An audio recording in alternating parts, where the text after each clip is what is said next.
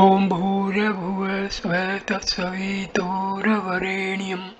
भर्गो देवस्य धीमहि धियो यो नः प्रचोदयात्। ॐ शांति शांति शांति।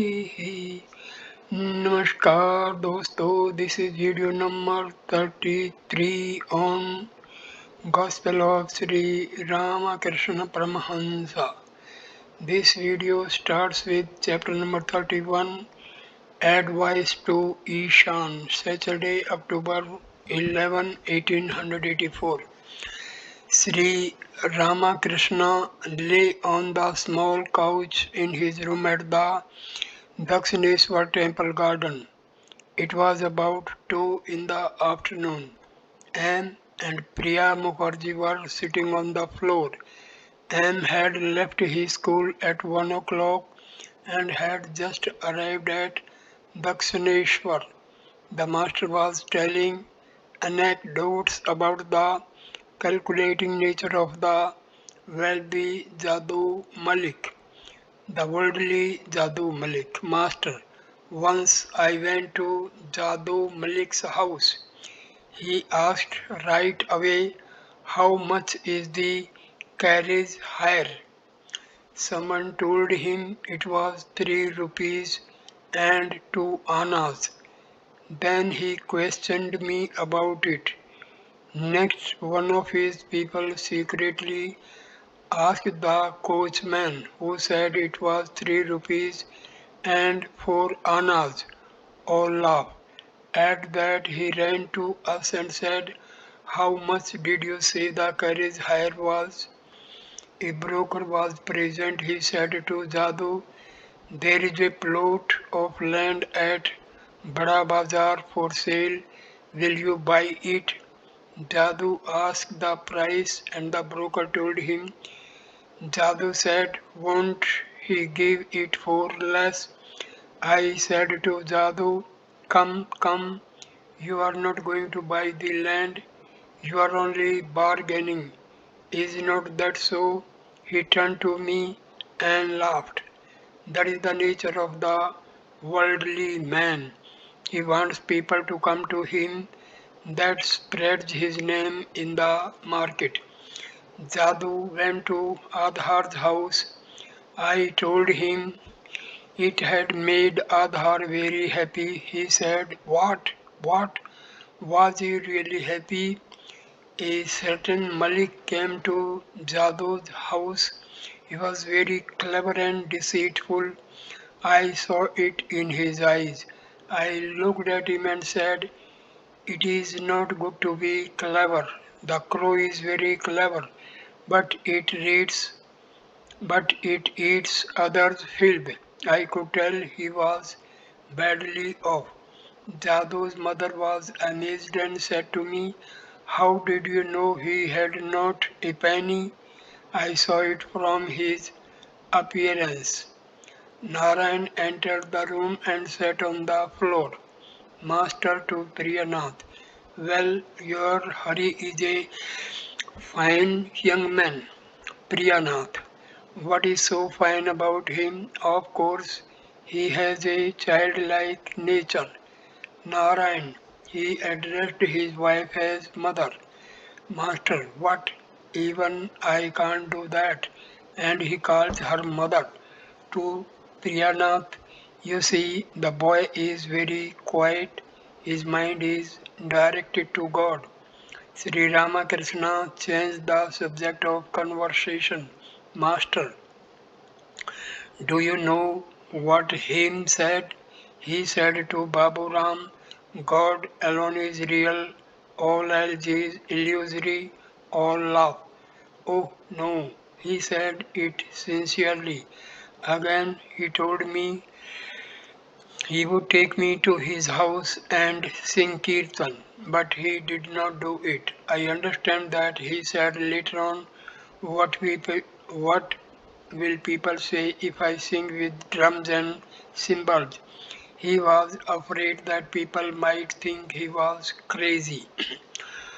Warning devotees about women.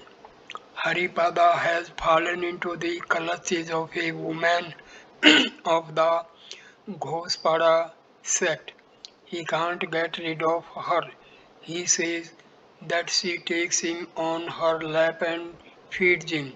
She claims that she looks on him as the baby Krishna. I have warned him a great many times.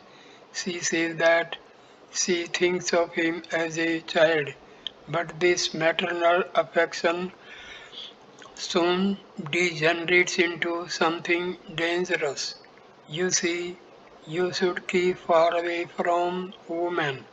Then you may realize God. It is extremely harmful to have much to do with women who have bad motives or to eat food from their hands. They rob a man of his spirituality.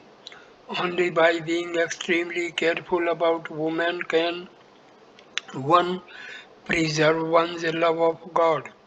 One day, Bhavna, Rakhal, and some other youngsters had cooked their own meal in the temple garden.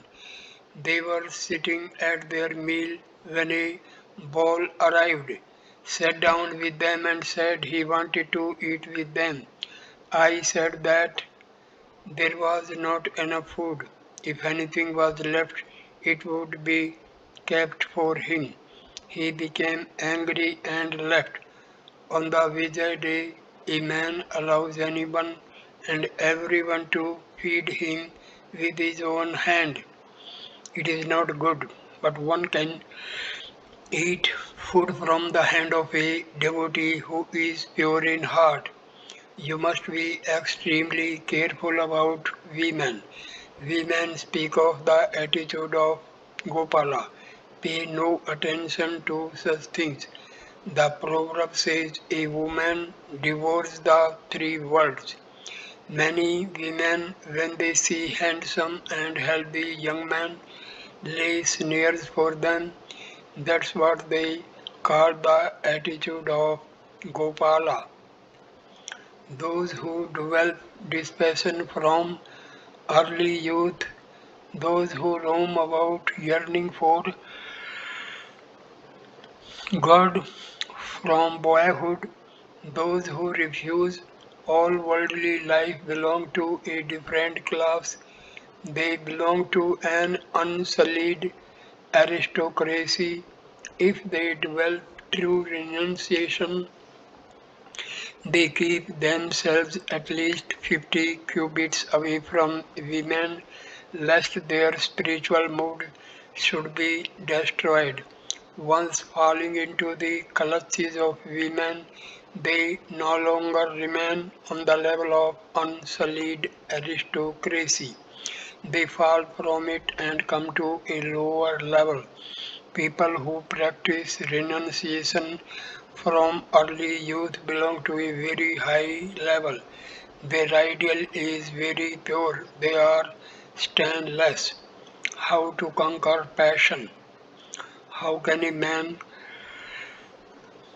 conquer passion? He should assume the attitude of a woman. I spent many days as the handmaid of God. I dressed myself in women's clothes, put on ornaments, and covered the upper part of my body with a scarf, just like a woman. With the scarf on, I used to perform the evening worship before the image. Otherwise, how could I have kept my wife with me for 8 months? Both of us behaved as if we were the handmaids of the Divine Mother. I cannot speak of myself as a man. One day I was in an ecstatic mood. My wife asked me, "How do you regard me?" As the blissful mother, I said, "Do you know the significance of the Shiva emblem?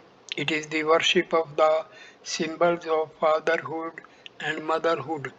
The devotee worshipping the image prays, O Lord, please grant that I may not be born into this world again, that I may not have to pass again through a mother's womb. A tutor of the Tagores entered the room with some boys of the family. Sri Ramakrishna continuing talking. Master to the devotees. Sri Krishna has a peacock feather on his crest. The feather bears the sign of the female sex. The significance of this is that Krishna carries Prakriti, the female principle, on his head. When Krishna joined the circle of the gopis to dance with them, he appeared there as a woman. That's why you see him wearing women's apparel in the company of the gopis. Unless a man assumes the nature of a woman, he is not entitled to her company. Assuming the attitude of a woman, he can sport with her and enjoy her company.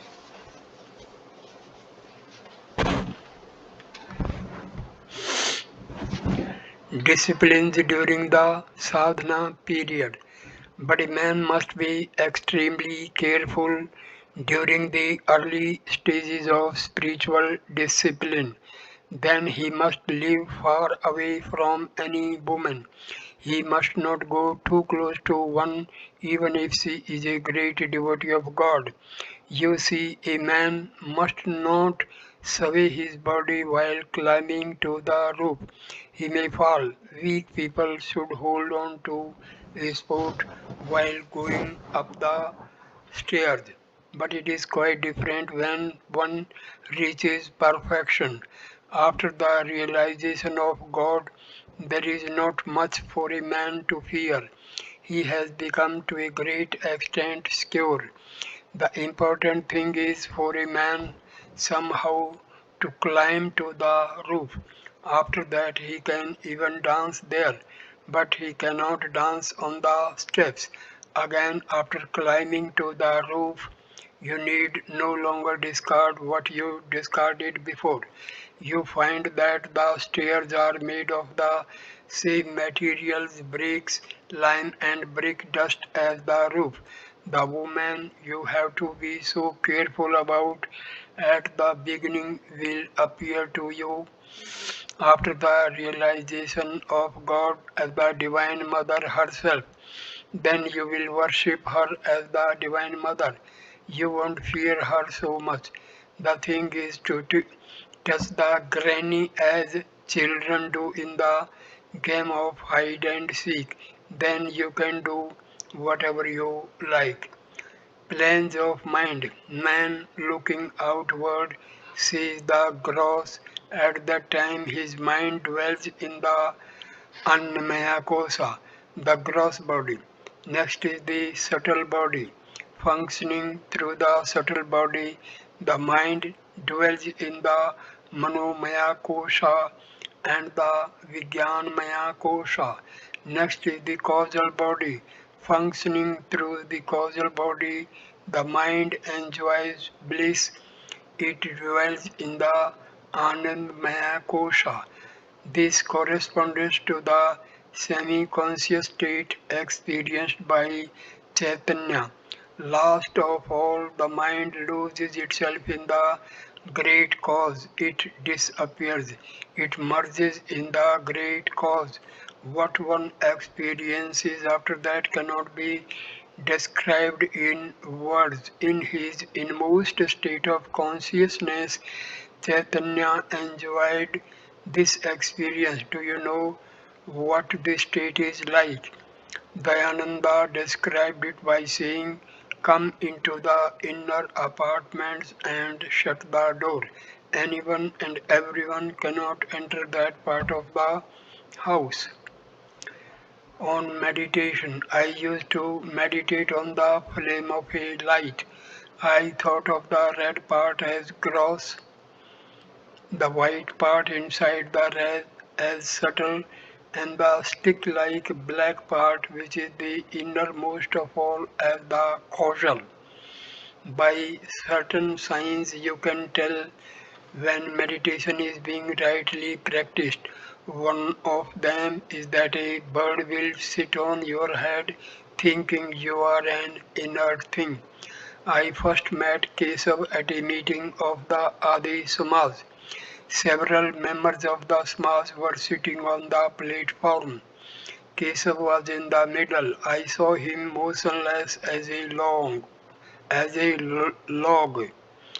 Pointing to Kesav, I said to Mathur Babu, "Look there, that bait has been swallowed by a fish."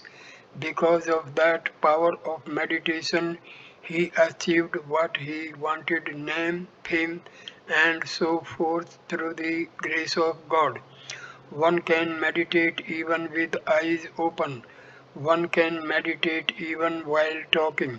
Take the case of a man with toothache. Tutor of the Tagores. Yes, sir, I know that very well. All laugh. Master smiling. Yes, even when his teeth ache, he does all his duties, but his mind is on the pen. Likewise, one can meditate with eyes open and while talking to others as well. Tutor. One of the epithets of God is the Redeemer of the sinner. That is our hope. God is compassionate, Master. The sixth too said that God was compassionate. I asked, how is he compassionate? Why? They answered, he has begotten us. He has created so many things for us. He has brought us up to be man, and he protects us from the danger at every step. Thereupon I said, after begetting us, God looks after us and feeds us. Is there much credit in that? Suppose a son is born to you. Do you expect a man from another part of the city to bring him up? Tendencies from previous births. Tutor. Revered sir, one man quickly succeeds in spiritual life and another does not succeed at all. How do you explain that? Master, the truth is that a man succeeds to a great extent because of tendencies inherited from his previous birth. People think he has attained the goal all of a sudden. A man drank a glass of wine in the morning. It made him completely drunk. He began to behave improperly. People were amazed to see that he could be so drunk after one glass. But another man said, why, he has been drinking all night. Hanuman burnt down the golden city of Lanka. People were amazed that a mere monkey could burn the whole city, but then they said, the truth is that the city was burnt by the size of Sita and the wrath of Rama. Look at Lala Babu. He had so much wealth. Could he have renounced it all so suddenly without the good tendencies of his previous birth? And Rani Bhavani, so much knowledge and devotion in a woman. In his last birth, a man is endowed with sattva. His mind is directed to God. He longs for God. He withdraws his mind from worldly things. Krishndas Pal came here. I found him full of rajas, but it must be said that he observed the Hindu customs. He left his shoes outside before entering the room. After a little conversation, I discovered that he had no stuff inside. I asked him about man's duty. He said, to do good to the world. I said, my dear sir, who are you? What good will you do to the world? Is the world such a small thing that you think you can help it? Narayan arrived. Sri Ramakrishna was very happy to see him.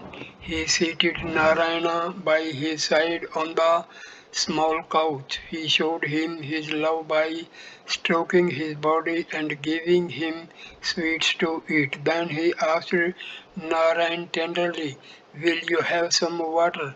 Narayan was a student at Ames school. At home his people beat him for visiting Sri Ramakrishna. The master said to Narayan with an affectionate smile, "You had better get a leather jacket, then the beating won't hurt." Turning to Harish, the master said that he would like to have a smoke. Again addressing Narayan, Sri Ramakrishna said, "That woman who has established an artificial relationship of mother and son with Haripada came here the other day. I have warned Haripada very often. She belongs to the Ghospada sect. I asked her if she had found her man.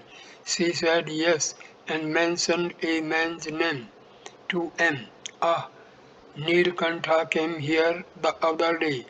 What spiritual fervor he has.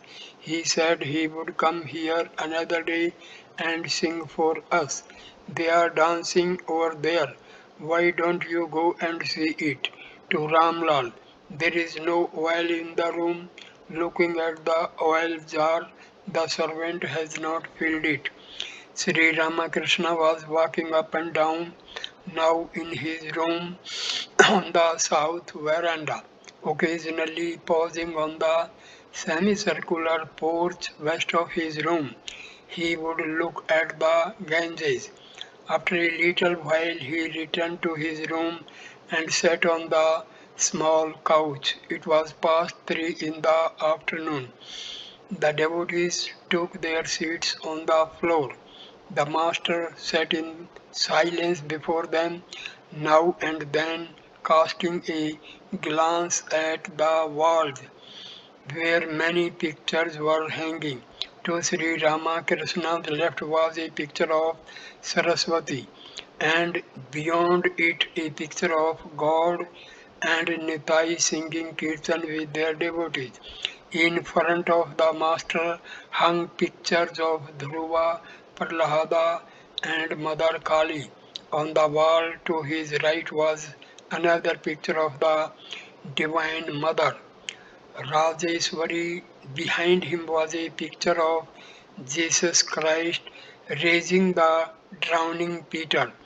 Suddenly Sri Ramakrishna turned to him and said, "You see, it is good to keep pictures of sannyasis and holy men in one's room. When you get up in the morning, you should see the faces of holy persons rather than the faces of other men. People with Rajasic qualities keep English pictures on their walls, pictures of rich men, the king, the queen, the Prince of Wales, and white men and women walking together. That shows their Rajasic temperament." You acquire the nature of the people whose company you keep. Therefore, even pictures may prove harmful. Again, a man seeks the company that agrees with his own nature. The Paramahamsas keep near them a few young boys 5 or 6 years old. They allow such boys to be near them. Attaining the state of a Paramahamsa, a man loves the company of boys like the Paramahamsas. The boys are not under the control of the Gunas, Sattva, Rajas or Tamas. By looking at trees, a man awakens in his heart the picture of a hermitage in which a rishi is practicing austerity. A Brahmin from Sindhi entered the room and saluted Sri Ramakrishna. He had studied Vedanta in Banaras. He was stout and had a smiling face. "Master, hello, how are you? You have not been here in a long time." Pandit smiling, "Worldly duties, sir. You know I have very little leisure." The Pandit sat down and the master began to talk with him. "Dayananda, master, you spent a long time in Banaras. Tell us what you saw there.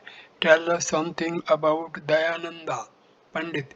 Yes, I met him. You also met him, did not you, Master? Yes, I visited him.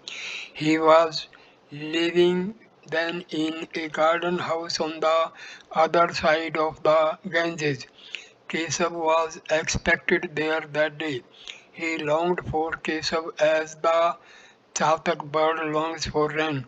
He was a great scholar and made fun of the Bengali language. He admitted the existence of the deities, but Keshav did not. Dayananda used to say, God has created so many things, could not he have created the deities? Dayananda believed the ultimate reality to be without form. Captain was repeating the name of Rama. Dayananda said to him sarcastically, better repeat Sandesh. Pandit. In Banaras, the Pandits had great discussion with Dayananda. Finally, he was left alone with all the others against him. They made it so hot for him that he thought the only way to save himself was by running away. All the Pandits shouted with one voice, whatever Dayananda has said is to be despised. Theosophy. I saw Colonel Alcott too. The Theosophists believe in the existence of Mahatmas. They also speak of the lunar, solar, stellar, and other planes. A Theosophist can go in his astral body to all these planes. Oh, Alcott said many such things. Well, sir, what do you think of Theosophy? Master, the one essential thing is bhakti, loving devotion to God. Do the Theosophists seek bhakti? They are good if they do. If Theosophy makes the realization of God the goal of life, then it is good. One cannot seek God if one constantly busies oneself with the Mahatmas and the lunar, solar, and stellar planes. A man should practice sadhana and pray to God with a longing heart for love of his lotus feet. He should direct his mind to God alone, withdrawing it from the various objects of the world. The Master saying, how are you trying, O my mind, to know the nature of God? You are groping like a madman locked in a dark room. He is grasped through ecstatic love. How can you fathom him without it? And for that love, the mighty yogis practice yoga from age to age. When love awakes, the Lord like a magnet draws to him the soul. Continuing, Master said, you may speak of the scriptures of philosophy of Vedanta, but you will not find God in any of these. You will never succeed in realizing God unless your soul becomes restless for Him. Only through affirmation, never negation, can you know Him. Neither through Veda nor through Tantra nor the six darsanas. It is in love's elixir only that he delights, O mind. He dwells in the body in most depths in everlasting joy. One must be very earnest about God. Listen to another song. Can everyone have the visions of Radha? Can everyone taste her love? This, the rarest treasure of all, no earthly wealth can buy. Without devotions and sadhana, none can ever obtain it. The raindrop falling upon the deep when Swati shines on high is formed within the oyster's shell into a priceless pearl. Can such a pearl be found from rain that falls at other times? Mothers with their babes in arms may beacon to the moon. to leave the sky and come to them, but only the waves are fooled. Does the moon ever leave the sky and dwell upon the earth? Preparation for God vision.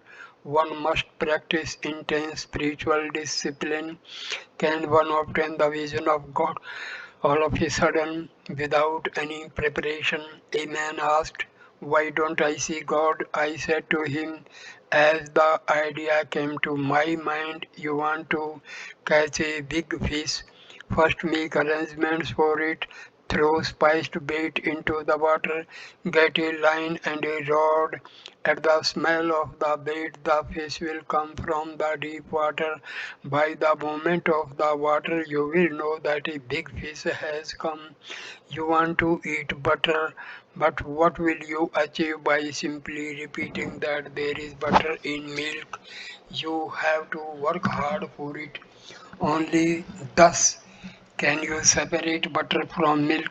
Can one see God by merely repeating God exists? One needs sadhana. The Divine Mother herself practiced austere sadhana to set an example for mankind. Sri Krishna, who is none other than the ultimate Brahma, also practiced sadhana to set an example to others. Purusha and Prakriti.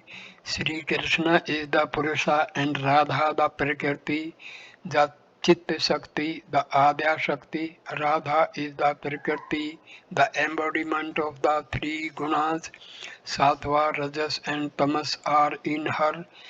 As you remove the layers of an onion, you will first see tints of both black and red, then only red, and last of all only white. The Vaishnava scriptures speak of Kam Radha, Prem Radha, and Nitya Radha. Chandravali is Kam Radha, and Srimati is Prem Radha. Nanda saw Nitya Radha holding Gopala in her arms. The Brahma of Vedanta and the Chit Shakti are identical, like water and its wetness. The moment you think of water, you must also think of its wetness. And the moment you think of water's wetness, you must also think of water. Or is it like the snake and its wriggling motion? The moment you think of the snake, you must also think of its wriggling motion. And the moment you think of the snake's wriggling motion, you must also think of the snake. When do I call the ultimate reality by the name of Dharma? When it is actionless or unattached to action. When a man puts on a cloth, he remains the same man as when he was naked. He was naked, now he is clothed. He may be naked again. There is poison in the snake, but it doesn't harm the snake. It is poison to him who is bitten by the snake. Brahma itself is unattached. Names and forms are nothing but the manifestations of the power of Prakriti. Sita said to Hanuman, "My child, in one form I am Sita, in another form I am Rama, in one form I am Indra, in another I am Indrani, in one form I am Brahma, in another Brahmani, in one form I am Rudra, in another Rudrani." Whatever names and forms you see are nothing but the manifestations of the power of Chitta Shakti. Everything is the power of Chit Shakti, even meditation, and he who meditates. As long as I feel that I am meditating, I am within the jurisdiction of Prakriti. 2M. Try to assimilate what I have said. One should hear what the Vedas and the Puranas say and carry it out in life. To the Pandit, it is good to live in the company of holy men now and then. The disease of worldliness has become chronic in man. It is mitigated to a great extent in holy company. The knowledge and ignorance, I and mine, that is ignorance. The knowledge makes one feel, oh God, you alone do everything, you alone are my own, and to you alone belong houses, buildings, family, relatives, friends, the whole world, all is yours. But ignorance makes one feel, I am doing everything, I am the doer. House, buildings, family, children, friends, and property are all mine. Hollowness of worldly love. Once a teacher was explaining all this to a disciple. He said, God alone and no one else is your own. The disciple said, but Revered Sir, my mother, my wife, and my other relatives take very good care of me. They see nothing but darkness when I am not present. How much they love me. The teacher said, there you are mistaken. I shall show you presently that nobody is your own. Take these few pills with you. When you go home, swallow them and lie down in bed. People will think you are dead, but you will remain conscious of the outside world and will see and hear everything. Then I shall visit your home. The disciple followed the instructions. He swallowed the pills and lay as if unconscious in his bed. His mother, wife, and other relatives began to cry. Just then the teacher came in the guise of a physician and asked the cause of their grief. When they had told him everything, he said to them, here is a medicine for him. It will bring him back to life. But I must tell you one thing. This medicine must first be taken by one of his relatives and then given to him. But the relative who takes it first will die. I see his mother, his wife, and others here. Certainly one of you will volunteer to take the medicine. Then the young man will come back to life. The disciple heard all this. First the physician called his mother, who was weeping and rolling on the ground in grief. He said to her, Mother, you don't need to weep any more. Take this medicine and your son will come to life, but you will die. The mother took the medicine in her hand and began to think. After much reflection, she said to the physician with tears in her eyes, my child, I have a few more children. I have to think about them too. I am wondering what will happen to them if I die. Who will feed them and look after them?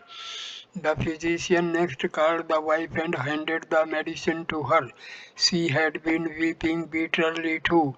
With the medicine in her hand, she also began to reflect. She had heard that she would die from the effect of the medicine. At last, with the tears in her eyes, she said, he has met his fate. If I die, what will happen to my young children? Who will keep them alive? How can I take the medicine? In the meantime, the disciple had got over the effect of the pills. He was now convinced that nobody was really his own. He jumped out of bed and left the place with his teacher. The Guru said to him, there is only one whom you may call your own, and that is God. Therefore, a man should act in such a way that he may have bhakti for the lotus feet of God and love God as his very own. You see this world around you. It exists for you only for a couple of days. There is nothing to it. Pandit smiling, Revered Sir, I feel a spirit of total renunciation when I am here. I feel like going away, giving up the world. Master, no, no, why should you give up?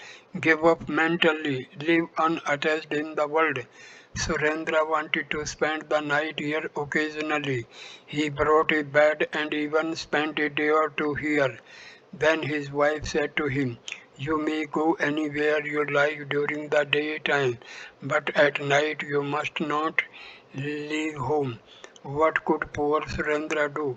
Now he has no way of spending the night away from home. Reason and love. What will you achieve by mere reasoning?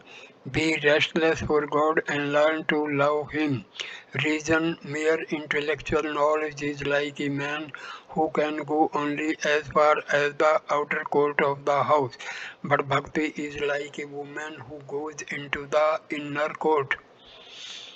Different attitudes toward God. One must take up a definite attitude towards God. Then alone can one realize Him.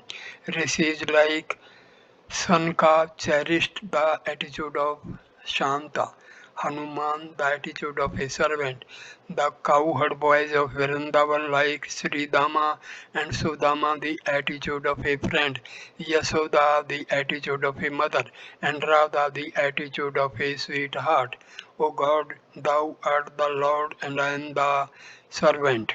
That is the servant's attitude, a very good one for aspirants. Pandit, yes sir. The Pandit from Sindhi left. It was dusk. Twilight hung over the Panchavati, the temples and the river.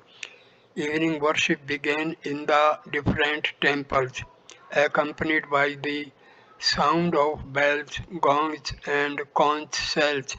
Sri Ramakrishna bowed before the pictures of the deities in his room. He was sitting on the small couch in an abstracted mood. A few devotees were on the floor. There was silence in the room. Master and Ishan. An hour passed. Ishan and Kishori entered and sat down on the floor after saluting Sri Ramakrishna. Ishan was a great ritualist. He was devoted to the performance of the various rites and ceremonies prescribed by the scriptures. The master opened the conversation. Characteristics of knowledge. Master, can one attain knowledge of God by merely repeating the word God? There are two indications of such knowledge. First, longing, that is to say, love for God. You may indulge in reasoning or discussion, but if you feel no longing or love, it is all futile. Second, the awakening of the Kundalini. As long as the Kundalini remains asleep, you have not attained knowledge of God. You may be spending hours poring over books or discussing philosophy, but if you have no inner restlessness for God, you have no knowledge of Him. Path of devotion. When the Kundalini is awakened, one attains bhava, bhakti, prema, and so on. This is the path of devotion, path of karma. The path of karma is very difficult. Through it one obtains some powers, I mean occult powers. Ishan, let me go and see Hajra. Sri Ramakrishna sat in silence. After a while, Ishan returned to the room accompanied by Hajra. The master was still silent. A few moments later, Hajra whispered to Ishan, "Let us leave him alone. Perhaps he will meditate now." Both left the room. Sri Ramakrishna was still silent. In a few moments, the devotees noticed that he was really meditating. Then he performed japa. He placed his right hand on his head, then on his forehead, then on his throat, then on his heart, and last of all on his navel. Was it meditating on the primordial energy in the six centers of the body? Ishan and Hajra had gone to the Kali temple. Sri Ramakrishna was absorbed in meditation. Meanwhile, Adhar had arrived. It was about 7:30. A little later, the master went to the Kali temple.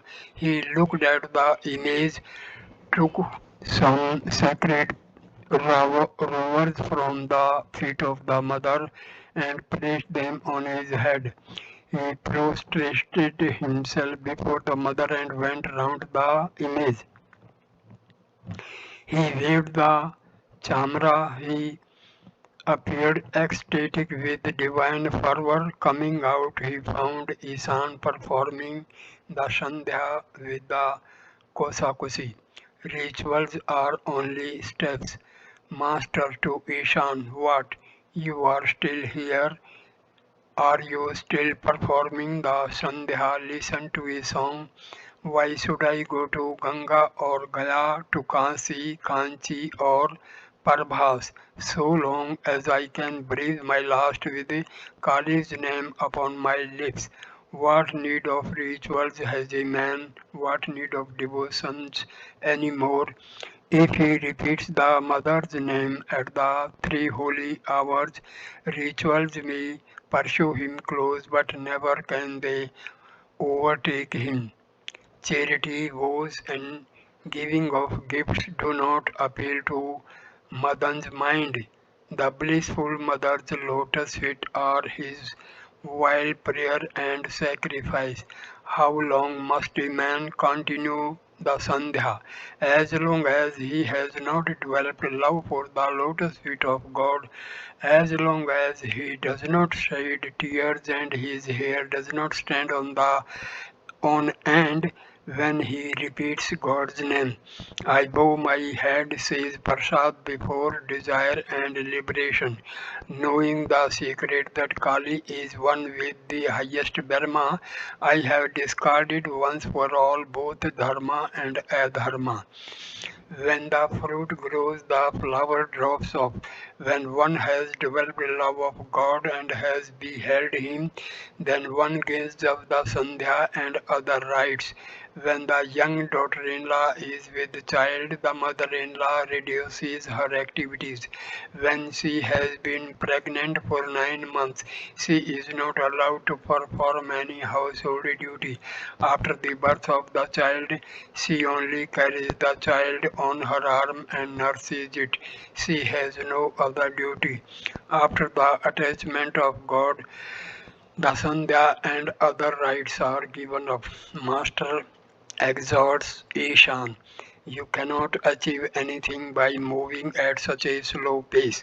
You need stern renunciation. Can you achieve anything by counting 15 months as a year? You seem to have no strength, no grit. You are as mushy as flattened rice soaked in milk. Be up and doing. Gird your loins. I don't like that song. Brother, joyfully cling to God, thus striving someday you may attain Him. I don't care for the line, thus striving someday you may attain Him. You need stern renunciation. I say the same thing to Hazra. You ask me why you don't feel stern renunciation. There is a reason for it. You have desires and tendencies within you. The same is true of Hazra. In our part of the country, I have seen peasants bringing water into their paddy fields.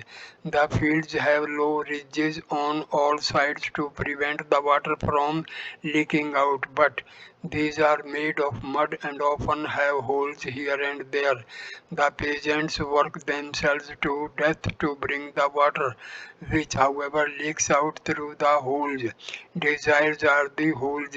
You practice japa and austerities, no doubt, but they all leak out through the holes of your desires. They catch fish with a bamboo trap. The bamboo is naturally straight, but why is it bent in the trap? In order to catch the fish. Desires are the fish. Therefore, the mud is bent down towards the world. If there are no desires, the mind naturally looks up towards God. Do you know what it is like? It is like the needles of a balance.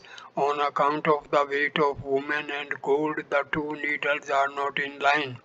It is woman and gold that makes a man stray from the path of yoga. Have not you noticed the flame of a candle?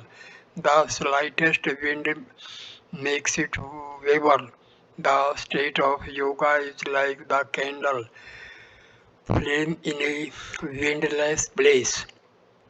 The mind is dispersed, part of it has gone to Dhaka, part to Delhi and other part to Kuch Bihar. That mind is to be gathered in. It must be concentrated on one object. If you want 16 annas worth of cloth, then you have to pay the merchant the full 16 annas. Yoga is not possible if there is the slightest obstacle. If there is a tiny break in the telegraph wire, then the news cannot be transmitted. You are no doubt in the world. What if you are? You must surrender the fruit of your action to God. You must not seek any result for yourself, but mark one thing. The desire for bhakti cannot be called a desire. You may desire bhakti and pray for it, practice the tamas of bhakti and force your demand upon the Divine Mother. This bitterly contested suit between the mother and her son, what sport it is, says Ram Prasad. I shall not cease tormenting thee till thou thyself shalt yield the fight and take me in thine arms at last. Trailokaya once remarked, as I was born into the family, I have a share in the estate. God is your own mother. Is she a stepmother? Is it an artificial relationship? If you cannot force your demand on her, then on whom can you force it? Say to her, Mother, am I thine 8 months child? Thy red eyes cannot frighten me. A deed of gift I hold in my heart, attested by thy husband Shiva. I shall shew thee if I must, and with a single point shall win. God is your own mother. Enforce your demand. If you are part of a thing, you feel its attraction. Because of the element of the Divine Mother in me, I feel attracted to her. A true Shiva has some of the characteristics of Shiva. He has in him some of the elements of Shiva. He who is a true Vaishnava is endowed with some of the elements of Narayana. Nowadays, you don't have to attend to worldly duties. Spend a few days thinking of God. You have seen that there is nothing to the world, the Master saying. Remember this, O mind, nobody is your own. When is your wandering in this world, trapped in the subtle snare of Maya as you are? Do not forget the Mother's name. Only a day or two men honor you on earth as Lord and Master. All too soon that form so honored now must needs be cast away when death the Master seizes you. Even your beloved wife for whom while yet you live, you fret yourself almost to death will not go with you then. She too will say farewell and shun your corpse as an evil thing. Continuing, the Master said, what are these things you busy yourself with this arbitration and leadership? I hear that you settle people's quarrels and that they make you the arbiter. You have been doing this kind of work a long time. Let those who care for such things do them. Now devote your mind more and more to the lotus feet of God. The saying goes, Ramana died in Lanka and Behula wept bitterly for him. Sambhutu said, I shall build hospitals and dispensaries. He was a devotee of God, so I said to him, will you ask God for hospitals and dispensaries when you see him? Keshav Sen asked me, why do I not see God? I said, you do not see God because you busy yourself with such things as name and fame and scholarship.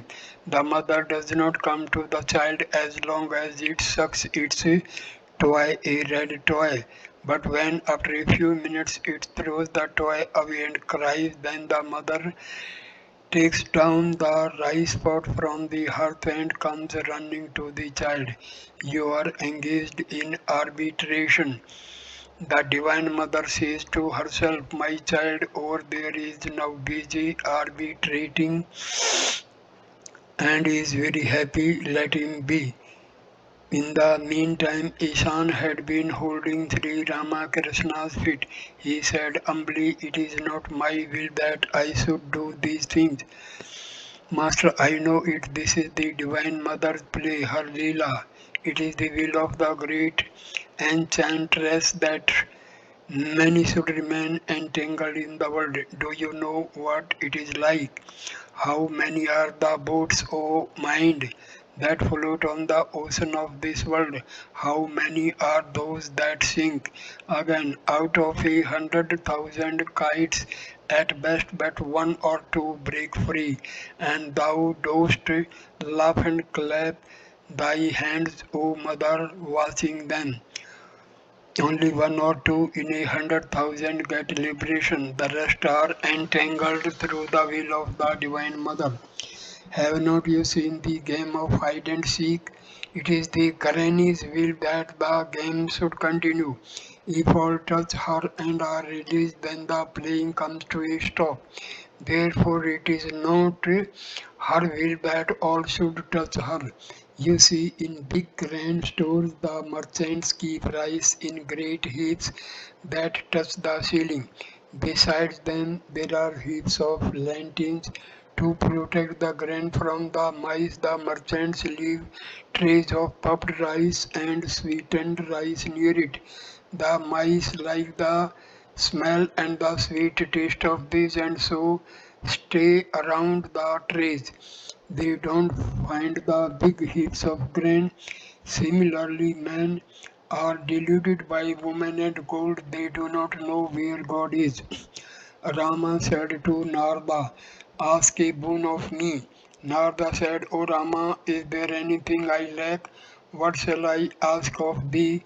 But if thou must give me a boon, grant that I may have selfless love for thy lotus feet and that I may not be deluded by the world bewitching Maya.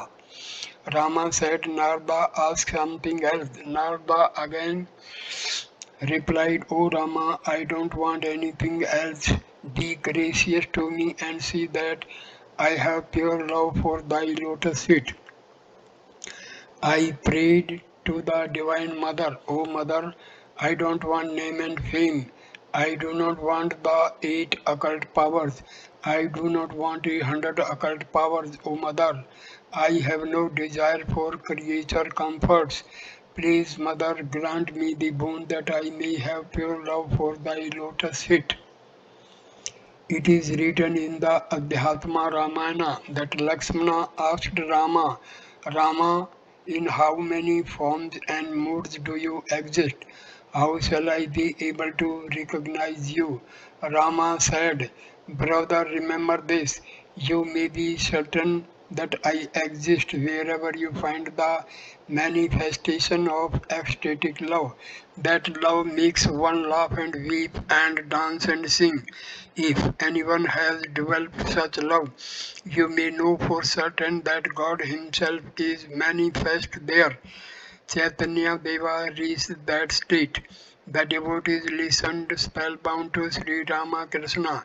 His burning words entered their souls, spurring them along the path of renunciation. Now he spoke to Ishan in a serious voice. Master, don't forget yourself because of what you hear from your flatterers. Flatterers gather around a worldly man. Vultures gather round the carcass of a cow. Worldly people have no stuff in them. They are like a heap of cow dung. Flatterers come to them and say, "You are so charitable and wise, you are so pious."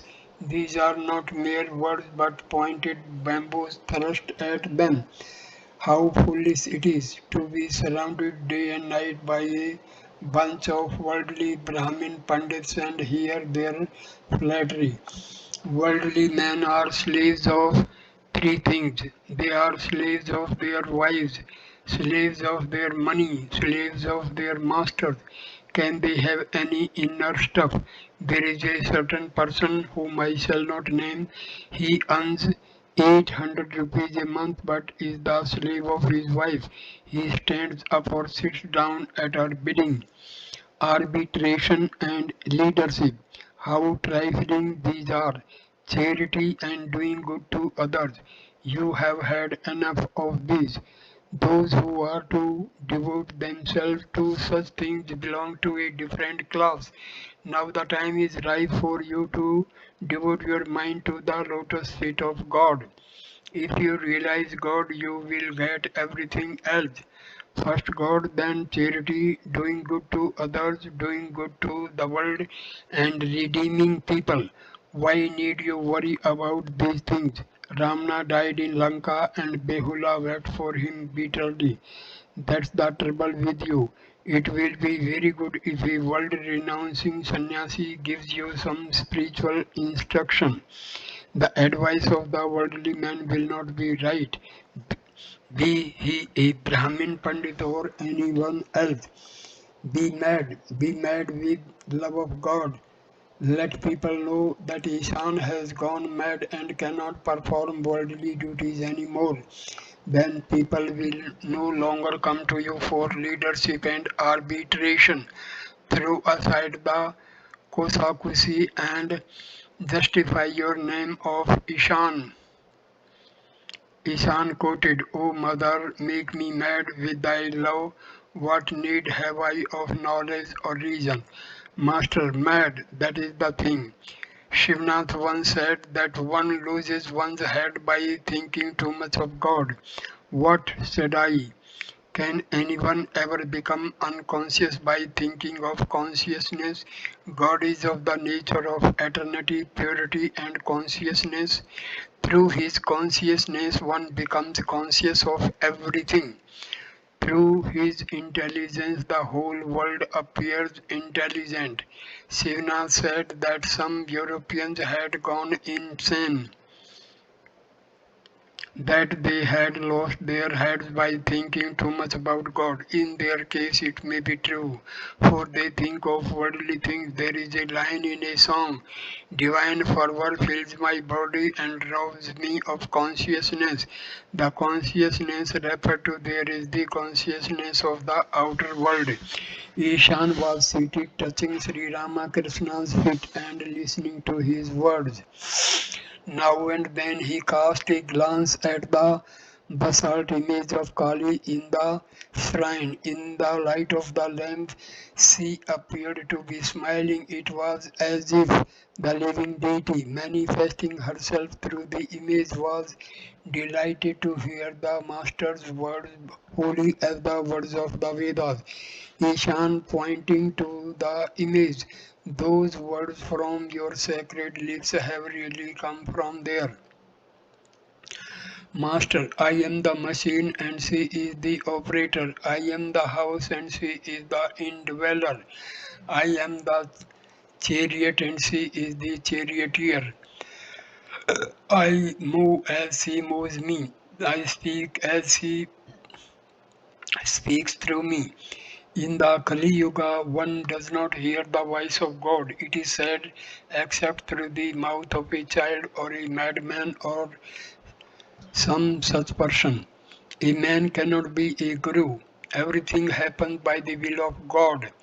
Heinous sins, the sins of many births and accumulated ignorance all disappear in the twinkling of an eye through the grace of God. When light enters a room that has been kept dark 1,000 years, does it remove the 1,000 years darkness little by little or instantly? Of course, at the mere touch of light, all the darkness disappears. What can a man do? He may speak many words, but after all is said and done, everything rests with God. The lawyer says, I have said all that can be said. Now the verdict rests with the judge. Brahma is actionless when it is engaged in creation, preservation, and dissolution. It is called the primal power, Adya Shakti. This power must be propitiated. Don't you know that it is so written in the Chandi? The gods first sang a hymen the gods first sing a hymen to the Adyasakti in order to propitiate her. Only then did Hari wake up from his yoga sleep. Ishan. Yes, sir. Brahma and the other gods sang this hymen at the day of the death of the demons Madhu and Katba.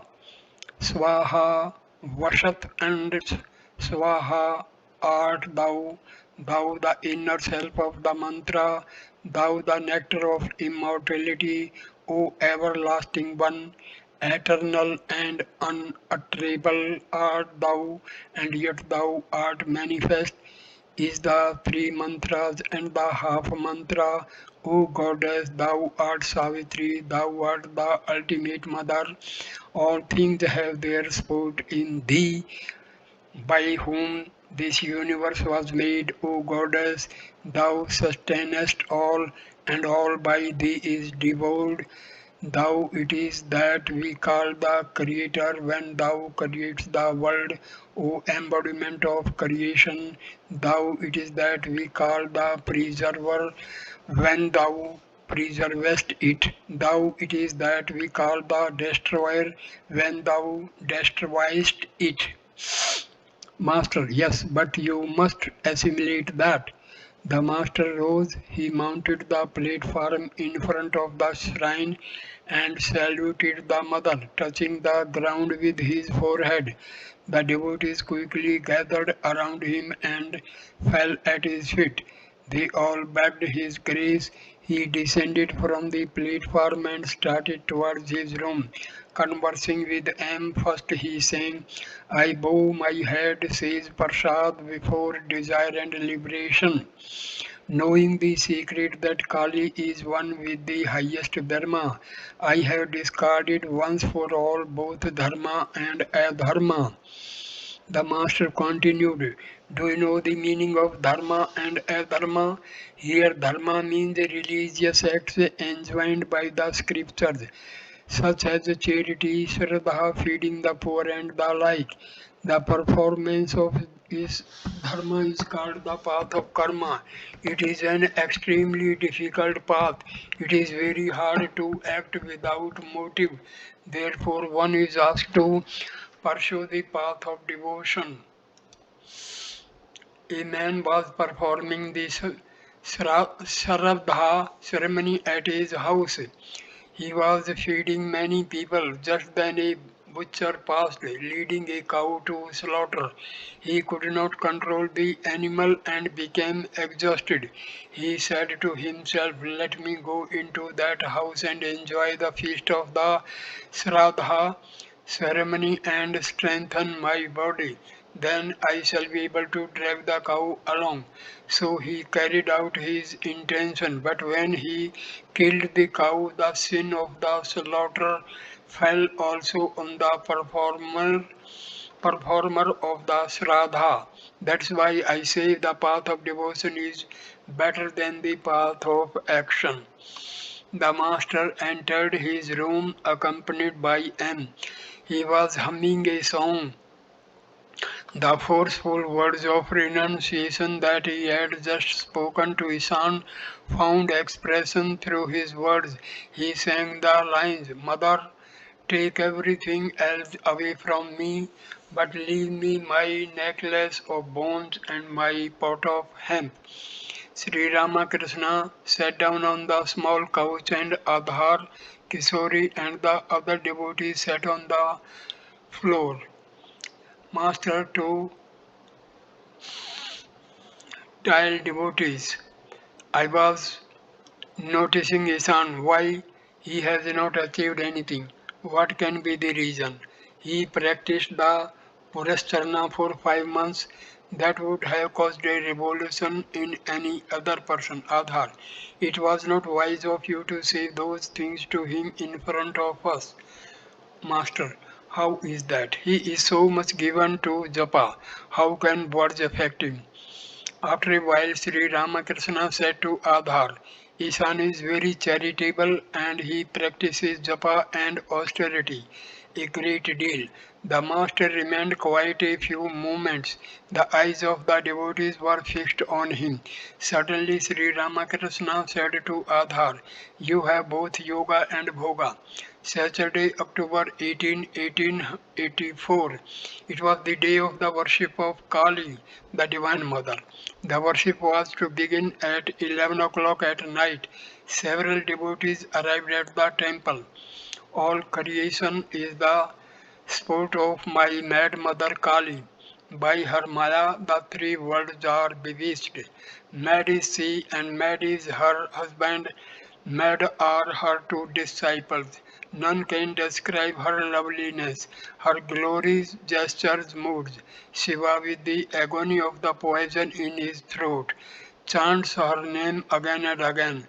The personal does she oppose to impersonal, breaking one stone with another, though to all else she is agreeable.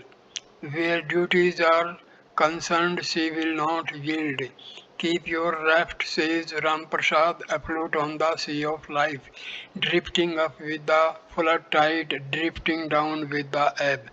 The master was quite overwhelmed with the song. He said that songs like this denoted a state of divine inebriation. He sang one after another.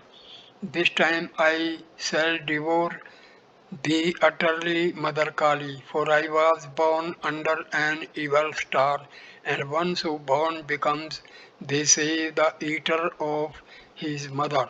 Then, O Kali, my mother full of bliss, enchantress of the Almighty Shiva, in thy delirious joy thou dancest, clapping thy hands together. And then, if at the last my life breath leaves me as I repeat the name of Kali, I shall attain the realm of Shiva. What does Banaras mean to me? Infinite are my mother's glories. Who can find the end of her virtues? Shiva, beholding their smallest part of life prostrate at her lotus feet, the singing was over. Two sons of Rajnarayan entered the room and bowed low before the master. In the afternoon they had sung with their father the glories of the Divine Mother. The master sang again, and with them all, all creation is the sport of my mad mother Kali. The younger brother requested Sri Ramakrishna to sing a certain song about Sri Gauranga. The master sang, God and Nitai, ye blessed brothers, I have heard how kind you are, and therefore I have come to you.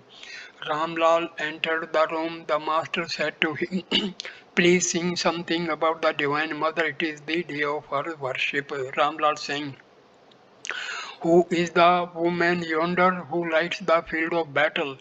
Darker her body gleams even than the darkest storm cloud, and from her teeth there flash the lightning's blinding flames.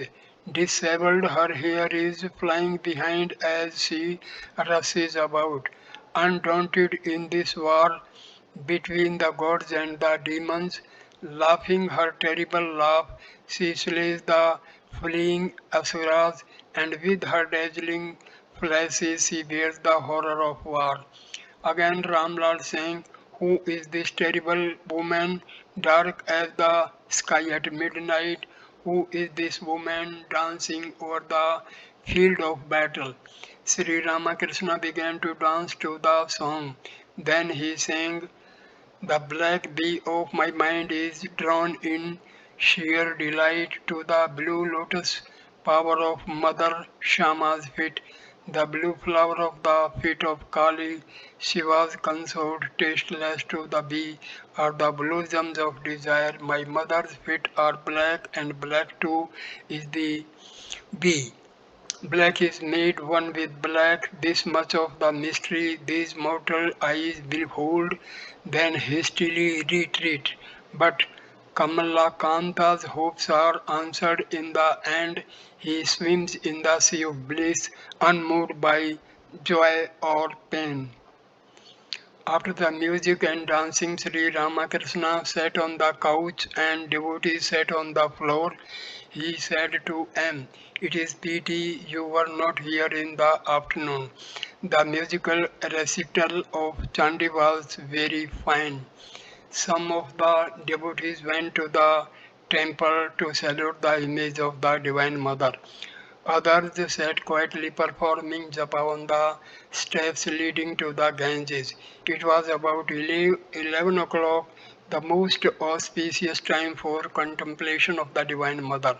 The flood tide was rising in the Ganges, and the lights on its banks were reflected here and there in its dark waters. From outside the shrine, M was looking wistfully at the image. Ramlal came to the temple with a book in his hand containing the rules of the worship. He asked M if he wanted to come in. M felt highly favored and entered the shrine. He saw that the Divine Mother was profusely decorated. The room was brilliantly illuminated by a large chandelier that hung from the ceiling. Two candles were burning in front of the image. On the floor were trays full of offerings, red hibiscus flowers and bay leaves adorned her feet. She wore garlands round her neck. M's eyes fell on the chamra. Suddenly he remembered that Sri Ramakrishna often fanned the Divine Mother with it. With some hesitation he asked Ramlal if he might fan the image. The priest gave his permission and joyously fanned the image. The regular worship had not yet begun. The devotees again entered the master's room. Benipal had invited Sri Ramakrishna to visit the Sinthi Brahmo Samaj the next day but had made a mistake in his letter with regard to the date. Master to M. Benipal has sent me an invitation, but why has he put the wrong date? M. The date was not written correctly. He wrote the letter carelessly. As Sri Ramakrishna spoke, he was standing in the middle of the room with Baburam by his side. He leaned toward the disciple, touching his body. Suddenly he went into samadhi. The devotees stood around with their eyes fixed on him. The master's left foot was advanced a little. The shoulder was slightly inclined to one side. His arm rested on Baburam's neck near the ear. After a while, he came down from the ecstatic state. As he stood there, he put one hand to his cheek and appeared to be brooding over something. Then, smiling, he addressed the devotees. Master, I saw everything, how far the devotees had advanced. I saw Rakhal, him pointing to him, Surendra, Baburam, and many others.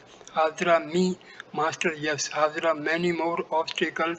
Master, no.